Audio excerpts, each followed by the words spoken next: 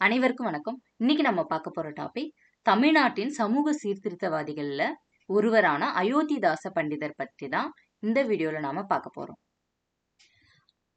அயோத்திதாச பண்டிதர் இவரின் இயற்பெயர் காத்தவராயன். இவர் பிறந்தது மே 20, 1845. பிறந்த ஊர்னு பார்த்தீங்கன்னா சென்னை 1000 விளக்கு பகுதியில் பிறந்திருப்பாரு. மக்கிமா நகர் அப்படின்ற இடத்துல பிறந்திருப்பாரு. ஓகேவா? அதுக்கு அடுத்தது இவருடைய தந்தை பெயர் கந்தசாமி. இவருடைய திருமணம்னு பார்த்தீங்கன்னா நீலகிரி தோடர் இன பெண்ணை திருமணம் பண்ணியிருப்பாரு. இவர் சில காலங்கள் நீலகிரியில போய் தங்கியிருந்திருப்பாரு. அங்க தோடர் இன மக்கள் ரொம்ப துன்பப்படுத்தப்பட்டிருப்பாங்க. இது தோடர் இனம்ன்றது ஒரு ஒடுக்கப்பட்ட இனத்தை சேர்ந்தவங்க. அவங்க இந்த மக்கள் ரொம்ப துன்பப்பட்டிருப்பாங்க. இவங்களுக்கு ஆதரவா போராடுறதுக்காக தான் அங்க போயிருப்பாரு. அங்கேயே ஒரு பெண்ணை பார்த்து இவர் திருமணம் பண்ணிட்டு இருந்திருப்பாரு. அவங்க சில காலத்துல இறந்துடுறாங்க. அவங்க இறந்த உடனே இவர் என்ன பண்றாருன்னா ரங்கூன் போயிடுறாரு. ரங்கூன் போயிட்டு ஒரு 10 ஆண்டுகள் அங்க இருந்திருப்பாரு. அங்க விவசாய கூலி தொழிலாளர்கள் இருக்காங்க இல்லையா, அவங்களுக்காக போராடி இருப்பாரு. அங்க விவசாய கூலி தொழிலாளர்கள் ரொம்ப கஷ்டப்பட்டிருப்பாங்க. அவங்களுடைய முன்னேற்றத்துக்காக அங்க போராடி இருப்பாரு. திரும்பவும் 10 ஆண்டுகள் கழித்து தான் அவர் இங்க வந்திருப்பாரு. இங்க வந்ததுக்கு அப்புறம் இரட்டைமலை சீனிவாசன் இருக்காரு இல்லையா, அவருடைய தங்கையான தனலட்சுமி அப்படின்றவங்கள 2வதா திருமணம் பண்ணியிருப்பாரு. இப்ப இவருக்கும் தனலட்சுமி அம்மையாருக்கும் பிறந்த மகன்கள் தான் யாருன்னா மாதவ ராமன், ஜானகி ராமன், பட்டாபி ராமன், ராஜாராமன் அப்படின்னு சொல்லிட்டு இவங்கெல்லாம் தனலட்சுமி அம்மையாருக்கு பிறந்த மகன்கள் தான். இப்போ இந்த மகன்களுக்கெல்லாம் அவர் ஏன் இது போல பேர் வச்சிருக்காரு அப்படின்னு கேட்டிங்கன்னா அவங்களுடைய குலம் வைணவ குலத்தை சேர்ந்தவங்க அவங்க. அப்போ அயோத்திதாச பண்டிதர் பிறந்தது வைணவ குலத்தை சேர்ந்தவர். அதனால அவங்களுடைய மகன்களுக்கு இந்த பேர்லாம் வச்சிருப்பாரு. அதுக்கு அடுத்தது அவங்களுடைய மகள்கள் பிறக்கும் பொழுது அவர் பௌத்த மதத்தை பின்பற்றி இருப்பாரு. அதனால அவங்க மகள்களுக்கு அம்பிகா தேவி, மாயாதேவி அப்படின்னு சொல்லிட்டு பௌத்த மதத்தை சேர்ந்த பேரா வச்சிருப்பாரு. ஓகே, அவர் புலமை பெற்ற மொழிகள் அப்படின்னு பாத்தீங்கன்னா தமிழ்,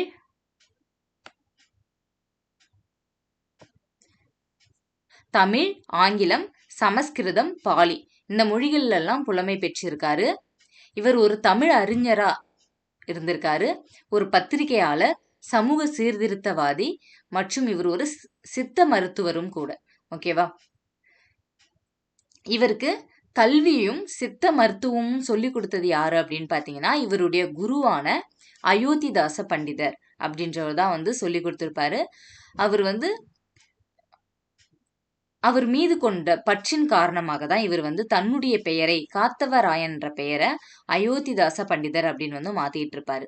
அதோட இவர் சித்த மருத்துவம் பண்ணதுனால அந்த பகுதியில் இருந்த மக்கள் இவரை மருத்துவர் அப்படி இல்லைன்னா பண்டிதர் அப்படின்னு கூப்பிட்டுட்டு இருந்திருப்பாங்க. ஓகேவா?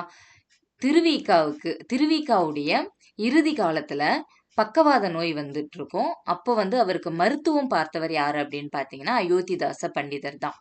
திருவிக்கா தன்னுடைய நாட்குறிப்புல அயோத்திதாச பண்டிதர் தான் தன்னுடைய குடும்ப மருத்துவர் அப்படின்னு குறிப்பிட்டு சொல்லியிருப்பாரு. அதுக்கு அடுத்தது பாருங்க, வீரமாமுனிவரை போல இவரும் தமிழ்ல எழுத்து சீர்திருத்தம் பண்ணியிருக்காரு. அதுக்கு அடுத்தது திருவாசகத்திற்கும் உரை எழுதியிருக்காரு. ஓகேவா? இது எல்லாமே எக்ஸாம் பாயிண்ட் ஆஃப் வியூல தான் இருக்கு. எக்ஸாம்ல கேட்கலாம். ஓகேவா? இவர் திருவாசகத்திற்கு உரையும் எழுதியிருக்காரு, பல நூல்களும் எழுதியிருக்காரு. நூல்கள் பத்தி பின்னாடி பார்க்கலாம். 1876 அத்வையானந்தா சபா அப்படின்ற ஒரு அமைப்பை நீலகிரியில ஏற்படுத்தி இருப்பாரு. நீலகிரியில கொஞ்ச நாள் இருந்தார் இல்லையா, தோடர் இன மக்களுடைய முன்னேற்றத்துக்காக பாடுபட்டிருப்பார் இல்லையா, அவங்களுக்காக தான் இந்த அத்வையானந்தா சபா அப்படின்ற ஒரு அமைப்பையும் ஏற்படுத்தியிருப்பாரு. இந்த அமைப்புல துளசி மாடம் அப்படின்ற ஒரு இடம் இருந்திருக்கும். இந்த துளசி மாடம் அப்படின்ற இடத்துல என்ன பயன் பார்த்தீங்கன்னா 2 பயனுக்காக பயன்படுத்தியிருப்பாரு. ஒன்று சித்த மருத்துவம் பார்த்திருப்பாரு, இன்னொன்று அங்கேயே தியான அறை ஒன்று இருந்திருக்கும், தியானம் பண்றதுக்கு பயன்படுத்தியிருப்பாரு. இந்த இடத்துல கிட்டத்தட்ட 17 ஆண்டுகள் வந்து இவர் சித்த மருத்துவம் வந்து பார்த்திருப்பாரு. அதுக்கு அடுத்தது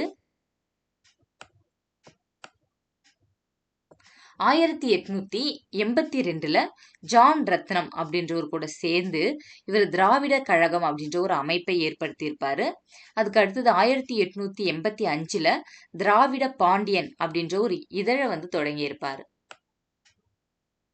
அதுக்கு அடுத்தது பாருங்க 1886ல ஒடுக்கப்பட்ட ஆதி திராவிட மக்கள் இந்துக்கள் அல்ல, அவர்கள் சாதி பேதமற்ற திராவிடர்கள் அப்படின்னு வந்து சொல்லியிருப்பாரு. ஓகேவா? இப்போ ஆதி திராவிட மக்கள் இருக்காங்களே, அவங்க வந்து இந்துக்களே கிடையாது, அவங்க சாதி பேதம் இல்லாத ஒரு திராவிட இனத்தை சேர்ந்தவங்க அப்படின்னு வந்து சொன்னது யாரு அப்படின்னு கேட்பாங்க, அயோத்திதாச பண்டிதர்.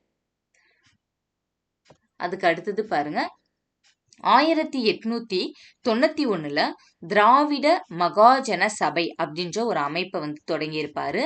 இதனுடைய முதல் மாநாடு எங்க நடந்தது அப்படின்னு கேட்பாங்க, நீலகிரியில நடந்திருக்கும். ஓகேவா? இந்த அமைப்பின் மூலமாக இவர் எதுக்கெல்லாம் போராடினார்னு பாருங்க, ஒடுக்கப்பட்ட மக்களுடைய இடஒதுக்கீடுக்காக வந்து போராடி இருப்பாரு. அதே போல ஆண் பெண் சம உரிமைக்காக போராடி இருப்பாரு. அதுக்கு அடுத்தது ஒடுக்கப்பட்ட மக்களுடைய கல்விக்காகவும் பொது இடங்களில் அவங்களுக்கு வந்து அனுமதி அளிக்கணும் அப்படின்னு சொல்லி போராடி இருப்பார். இப்போ இது எல்லாமே வந்து இந்த திராவிட மகாஜன சபையை வந்து ஏற்படுத்தி அதன் மூலமா வந்து போராடி இருப்பாரு. அதுக்கு அடுத்தது தாழ்த்தப்பட்டவர்களை அழைக்க ஆதி திராவிடர் என்ற சொல்லை வந்து அறிமுகம் செய்தவர் யார் அப்படின்னு கேட்பாங்க, அயோத்திதாச பண்டிதர். அப்போ அந்த காலத்துல வந்து தாழ்த்தப்பட்ட மக்களை வந்து பறையர் அப்படின்னு தான் வந்து சொல்லுவாங்க. பறையர்னு சொல்லக்கூடாது, ஆதி திராவிடர்னு தான் சொல்லணும் அப்படின்னு சொல்லிட்டு இந்த சொல்லை உருவாக்கியவர் யார் அப்படின்னு பார்த்தீங்கன்னா அயோத்திதாச பண்டிதர். அதுக்கு அடுத்தது பாருங்க 1891ல இரட்டைமலை சீனிவாசனுடன் சேர்ந்து பஞ்சமர் மகாஜன சபை அப்படின்ற ஒரு அமைப்பை ஏற்படுத்தியிருப்பாரு. ஓகேவா? பஞ்சமர் மகாஜன சபை அப்படின்ற அமைப்பை இரட்டைமலை சீனிவாசனுடன் சேர்ந்து வந்து ஏற்படுத்தியிருப்பாரு. இந்த அமைப்பின் மூலமாக வந்து பஞ்சமர்களுக்கு நிலம் வழங்குவதற்கு வந்து ஏற்பாடுகள் நடந்திருக்கும். ஓகேவா? ஆங்கில அரசு கிட்ட போராடி பஞ்சமர் இனத்தை சேர்ந்த மக்களுக்கு நிலம் வழங்க வந்து ஏற்பாடு பண்ணியிருப்பாங்க. அதுக்கு அடுத்தது ஹெச்எஸ் ஆல்காட் கூட சேர்ந்து பஞ்சமர் பள்ளிகளை வந்து திறந்திருப்பாரு. ஓகேவா? ஹெச்எஸ் ஆல்காட் கூட சேர்ந்து சென்னையில 5 இடங்கள்ல பஞ்சமர் பள்ளிகளை வந்து திறந்திருப்பாரு. இதனால வந்து ஒடுக்கப்பட்ட இனத்தை சேர்ந்த மாணவர்கள் வந்து படிக்கிறதுக்கு வந்து ரொம்ப வந்து பயனுள்ளதா இருந்திருக்கும் இது. அதுக்கு அடுத்தது பாருங்க 1898ல இலங்கை பயணம் போறாரு. இலங்கை பயணம் போயிட்டு இவர் வந்து ஹெச்எஸ் ஆல்காட் இருக்கார் இல்லையா, இவரின் நட்பின் காரணமாக இவர் கூட தான் வந்து இலங்கை பயணம் போயிருப்பாரு. பௌத்த மதத்தை வந்து அங்க போயிட்டு பௌத்த மதத்துக்கு மாறிடுறாரு. பௌத்த மதத்துக்கு மாறினதுக்கு அப்புறமா அதே 1898ல இங்க வந்து சென்னை ராயப்பேட்டையில சாக்கிய பௌத்த சங்கம் அப்படின்ற ஒரு அமைப்பை ஏற்படுத்தியிருப்பாரு. இவர் மக்களை வந்து எல்லாரும் பௌத்த சமயத்துக்கு வந்து மாறுங்க அப்படின்னு வந்து சொல்லியிருப்பாரு. அதுக்கு அடுத்தது பாருங்க 1907ல ஒரு பைசா தமிழன் அப்படின்ற ஒரு இதழை வந்து தொடங்கியிருப்பாரு. எங்கன்னு பாத்தீங்கன்னா சென்னை ராயப்பேட்டையில தான் வந்து தொடங்கியிருப்பாரு. இத 1908ல தமிழன் அப்படின்னு பெயர் மாற்றம் செஞ்சிருப்பாரு. இவர் இறக்குற வரைக்குமே வந்து இந்த இந்த இதழை வந்து நடத்திட்டு இருந்திருப்பாரு. இது வாரந்தோறும் புதன்கிழமைகள்ல 4 பக்கம் கொண்டதா வந்து வரும். 4 பக்கம் கொண்ட ஒரு வார இதழாக புதன்கிழமையில வந்து வெளியாயிட்டு இருந்தது. இவருடைய முக்கியமான கூற்றுகள் பாருங்க, இதை வந்து கொடுத்துட்டு இதை சொன்னது யாரு அப்படின்னு வந்து எக்ஸாம்ல கேட்கலாம். நிலவு வளர்வது போல அறிவை வளர்க்க தேவைப்படுவது நூல்கள் அப்படின்னு வந்து சொல்லியிருப்பாரு. ஞானம் பொய்க்க காரணம் ஒழுக்கமுள்ள ஞானியர்கள் இல்லாமையே அப்படின்னு சொல்லியிருப்பாரு. அதுக்கு அடுத்து பாருங்க, ஆதி திராவிடர்களே உண்மையான பௌத்தர்கள், அவர்கள் பிராமணியத்தை எதிர்த்ததால் தாழ்த்தப்பட்டவர்கள் ஆக்கப்பட்டார்கள்னு சொல்லியிருப்பாரு. அப்ப ஆதி திராவிடர்கள்ன்றவங்க உண்மையாலுமே அவங்க பௌத்தர்களா வந்து இருந்திருந்தாங்க. அவங்க பிராமணியத்தையும் வேதத்தையும் வந்து எதிர்த்ததுனால அவங்கள தாழ்த்தப்பட்டவங்க அப்படின்னு வந்து சொல்லிட்டாங்க அப்படின்னு வந்து சொல்லியிருப்பாரு. அதுக்கு அடுத்தது பாருங்க, நான் உங்களுக்கு சொல்ல வேண்டியது ஒன்றே, உங்களின் தர்மமும் கர்மமுமே உங்களை காக்கும் அப்படின்னு வந்து சொல்லியிருப்பாரு. இந்த கூற்றெல்லாம் கொடுத்துட்டு இதை யார் சொன்னா அப்படின்னு கேட்பாங்க, பார்த்துக்கோங்க. அதுக்கு அடுத்தது இவருடைய நூல்கள் பார்க்கலாம். இவருடைய நூல்கள் புத்தரது ஆதிவேதம் அப்படின்ற நூலை எழுதியிருப்பாரு. இது 28 காதைகளை கொண்டதா இருந்தது. இந்திர தேச சரிதம், விவாக விளக்கம், விபூதி ஆராய்ச்சி, கபாலீசன் சரித்திர ஆராய்ச்சி, திருவள்ளுவர் வரலாறு, அரிச்சந்திரனின் பொய்கள், இதெல்லாம் இவர் எழுதிய நூல்கள்.